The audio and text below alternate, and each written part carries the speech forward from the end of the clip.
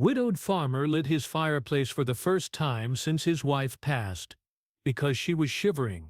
The wind howled across the Nebraska plains like a banshee's wail, carrying with it the bite of early winter and the promise of harder days to come. Ezra Hawthorne pulled his worn coat tighter around his shoulders as he made his way from the barn to the small farmhouse that had been his home for the better part of 20 years. The weathered boards groaned under his boots, each step echoing in the vast emptiness that surrounded his modest plot of land. Inside, the house felt as cold as a tomb. It had been that way for 3 months now, ever since Martha had drawn her last breath in their bed upstairs. Ezra hadn't lit the fireplace once since that September morning when the fever finally claimed her. Couldn't bring himself to do it. The warmth seemed like a betrayal somehow, as if comfort was something he no longer deserved. He hung his hat on the peg by the door and looked around the front room. Everything was exactly as Martha had left it. Her knitting still folded neatly in the basket beside her chair, the book she'd been reading still marked with a pressed wildflower on page 47. Ezra had read that page himself a dozen times, trying to understand what thoughts had occupied her mind in those final weeks, but the words just seemed to swim before his eyes like tadpoles in a muddy pond. The floorboards creaked as he made his way to the kitchen. He'd gotten thin since Martha passed, his clothes hanging loose on his frame like scarecrow rags. Eating had become a chore, sleep an impossibility. The only thing that kept him moving was the routine of tending to the animals and a small hope that maybe, if he kept everything just as she'd left it, she might somehow find her way back to him. As he reached for the coffee pot, a shiver ran through him that had nothing to do with the cold. It was that feeling again, the one that had been haunting him for weeks now. The sensation that he wasn't alone, that somewhere in the shadows of the house, Martha was watching him with those kind brown eyes that had seen him through drought and plenty, sickness and health, for 18 years of marriage. Just my imagination, he muttered to himself, the words coming out in a white puff of vapor. Damn house is colder than a witch's heart. But even as he said it, he knew it wasn't true. The cold wasn't just in the air, it was in his bones, in his soul, in the very foundations of the life he'd built with the woman who now lay buried beneath the old oak tree on the hill behind the house. He'd carved her headstone himself, working late into the nights by lamplight, his calloused hands shaping the words that could never truly capture what she'd meant to him. Martha Louise Hawthorne, beloved wife, she made everything beautiful. The coffee tasted like ash in his mouth, but he drank it anyway, standing at the window and looking out at the rolling plains that stretched to the horizon. In the distance he could see the Jameson place, smoke rising from their chimney in a straight line against the gray sky. Normal people living normal lives, keeping warm against the coming winter. The sight filled him with a loneliness so profound it was like a physical ache. That's when he felt it again, that presence behind him, soft as a whisper but unmistakable. He turned slowly, half expecting to see nothing, but there in the doorway between the kitchen and the front room, stood a figure so familiar it made his heart stop. Martha. She looked exactly as she had in life, her auburn hair pinned back in the simple style she'd always favored, her blue calico dress the one she'd worn on their wedding day and every Sunday since. But there was something different about her, something that made Ezra's breath catch in his throat. She was pale, translucent almost, like morning mist over the creek, and her arms were wrapped around herself as if she were trying to keep warm. Martha, the word came out as barely a whisper. She didn't speak, but her eyes, those warm brown eyes he'd fallen in love with at the church social when he was just 19, met his with an expression of such longing it nearly brought him to his knees. She was shivering, he realized. Actually shivering, her whole form trembling like a leaf in a strong wind.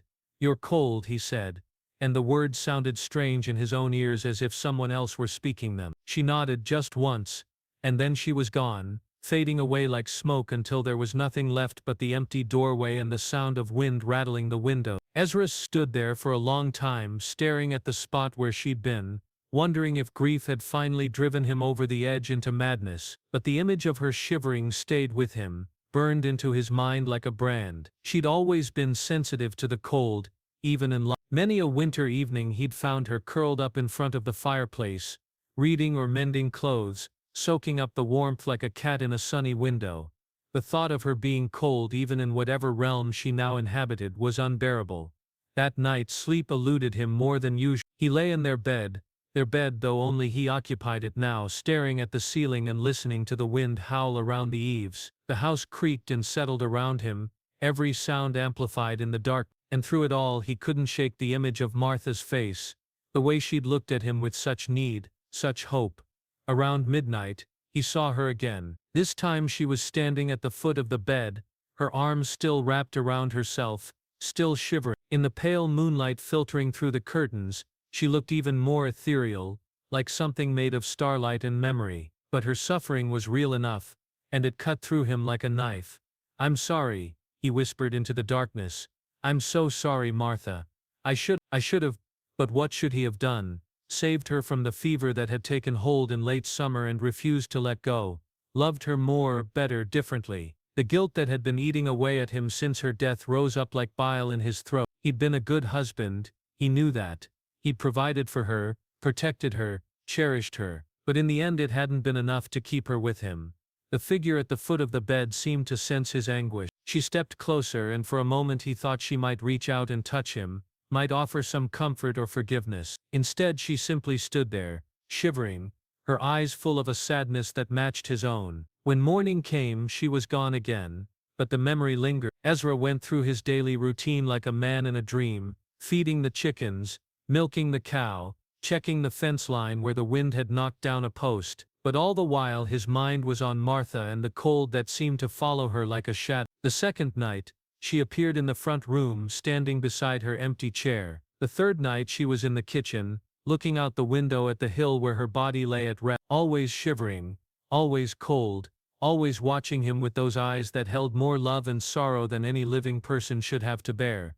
By the fourth night, Ezra couldn't take it any more. He'd been lying in bed, wide awake when the familiar chill crept through the room. This time when Martha appeared, she was closer than ever before, standing right beside the bed. Her shivering was more pronounced now, violent almost, as if the cold were getting worse instead of better. "Martha," he said, sitting up and reaching toward her without thinking. His hand passed right through her, feeling nothing but a coolness that seemed to seep into his very bones. "Oh, my darling. What can I do?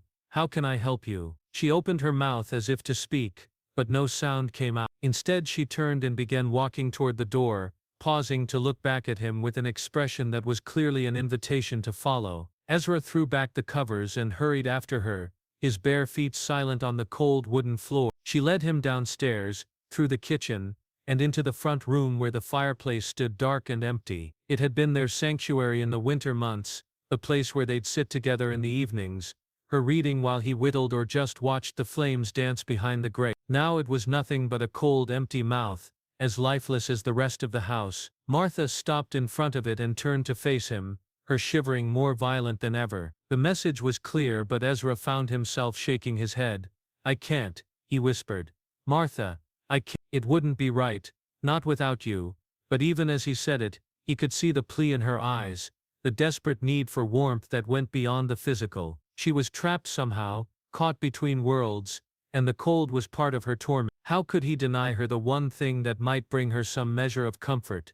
With hands that trembled almost as much as her ghostly form, Ezra knelt before the fireplace and began laying kindling. The wood was dry. He'd split it himself last spring, back when Martha was still alive, to remind him that winter always came sooner than expected. His fingers fumbled with the matches, and it took 3 tries before the spark caught and began to spread through the tinder. As the flames grew, casting dancing shadows on the walls, Martha's shivering began to subside. She moved closer to the fireplace, holding out her translucent hands toward the warmth. For the first time since she'd started appearing to him, she looked peaceful, almost content. Ezra settled into his old chair, the one that matched hers, and watched as his wife's spirit basked in the glow of the fire. The warmth felt good on his own skin too, he had to admit. For months he'd been punishing himself with the cold, as if suffering could somehow balance the scales, or bring her back. But seeing Martha's relief, the way the flames seemed to ease whatever pain she was carrying, made him realize how foolish he'd been. "I've missed this," he said softly, not really expecting an answer but needing to fill the silence. "I've missed everything about our life together. The way you'd hum while you cooked breakfast, the sound of your laughter when I'd tell you one of my terrible jokes, the way you'd fall asleep with your head on my shoulder during the long winter evenings." Martha's form flickered like the flames themselves, but she turned to look at him, and for a moment he could swear he saw her smile. It was just a ghost of the expression he remembered, but it was enough to break something loose inside his chest, something that had been frozen solid since the day she died. The tears came then, hot and unexpected, streaming down his weathered cheeks like a spring. He'd been holding them back for months, refusing to let himself grieve properly because grief felt like giving up, like accepting that she was really gone. But she wasn't gone, not entirely. She was here with him now, sharing this moment by the fire just as they'd shared so many others. "I'm sorry I let the house get so cold,"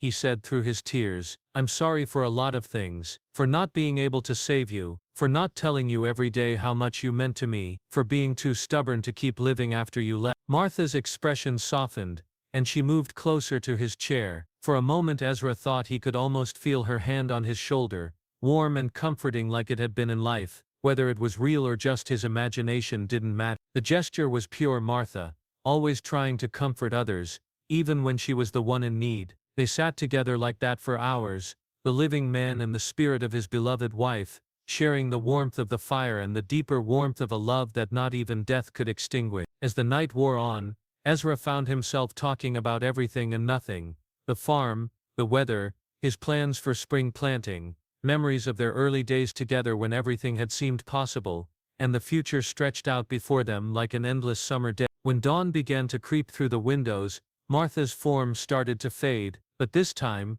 she didn't look cold or desperate. She looked peaceful, as if whatever had been keeping her trapped between worlds had finally been resolved. Before she disappeared completely, she blew him a kiss, the same gesture she'd made every morning when he left for the fields, every evening when he returned.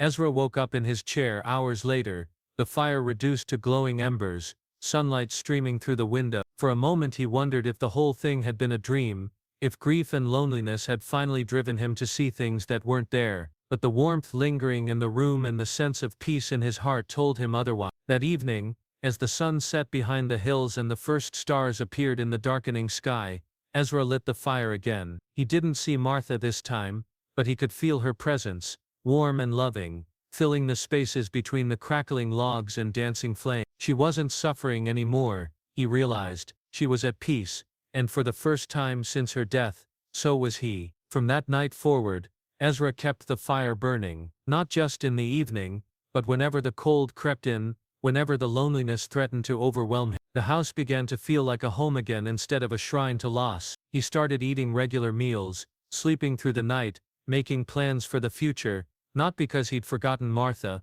or stopped missing her, but because he finally understood that honoring her memory meant living, not just existing. Sometimes on the coldest nights when the wind howled across the plains like a living thing, he thought he could see her sitting in her chair beside the fire knitting or reading, or just watching him with those warm brown eyes. Whether she was really there or just a product of his imagination didn't matter. She was with him either way, in the warmth of the flames, in the love that continued to burn in his heart, in the simple act of keeping the cold at bay. Spring came eventually, as it always did, bringing with it new life and new possibilities. Ezra planted his crops and tended his animals, and slowly began to rejoin the world of the living. But he never forgot the lesson Martha's spirit had taught him in those cold winter nights, that love was like a fire meant to warm not just yourself but everyone around you, and that sometimes the greatest act of love was simply refusing to let the flame go out. The fireplace still burns in that little farmhouse on the Nebraska plains, a beacon of warmth and memory in a world that can be harsh and unforgiving. And sometimes, if you know where to look and how to listen, you can still see them there together, the farmer and his wife, sharing the eternal warmth of a love that death itself couldn't extinguish, keeping each other's spirits alive in the dancing glow of the flame. Because some fires, once lit, never truly go out, they just wait patiently for someone to remember how to tend them, how to feed them with kindness and memory and the unshakable faith that love, real love, burns forever. And in that little house where the wind still whispers through the eaves and the seasons still turn their endless wheel, Martha Hawthorne is never cold again.